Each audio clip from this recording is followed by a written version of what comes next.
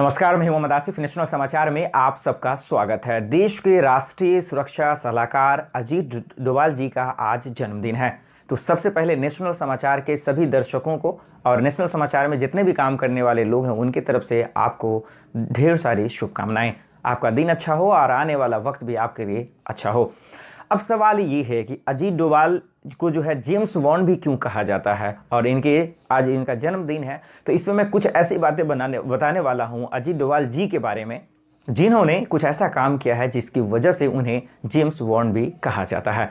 आइए सबसे पहले बात करते हैं कि आखिर ये इतने तेज या इन्हें शार्क माइंड के व्यक्ति क्यों कहा जाता है।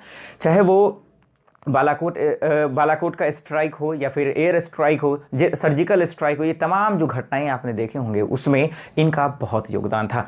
इसका एक एग्जांपल मैं आपको बताता हूं अजीत डोभाल जी का, जो राष्ट्रीय सुरक्षा सलाहकार हैं। इससे आपको स्पष्ट हो जाएगा।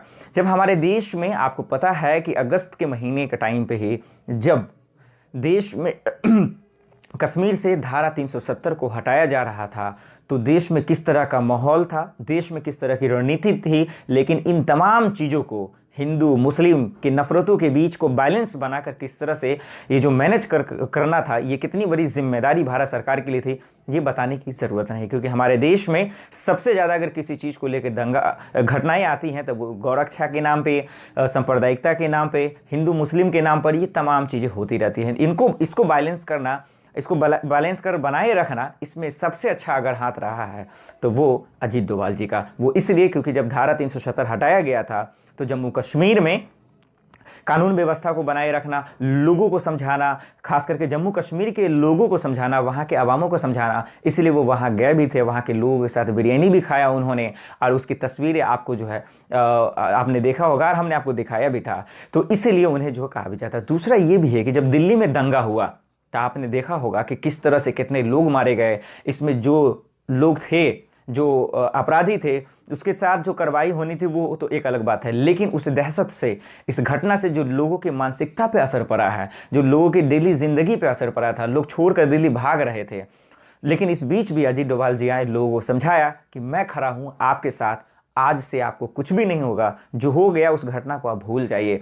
तो अजीत डोभाल जी का बहुत सारा ऐसा घटना है जिसलिए इनको जेम्स बॉन्ड कहा जाता है, और इसलिए आज उनका जो है जन्मदिन है।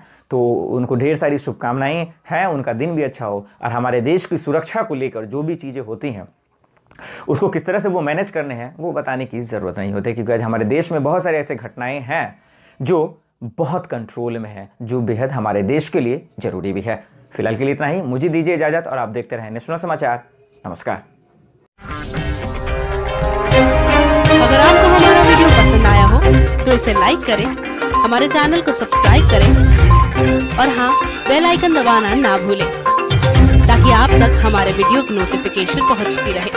आप अपना सुझाव हमें कमेंट बॉक्स में दे सकते हैं। हमारे साथ जुड़ने के लिए शुक्रिया।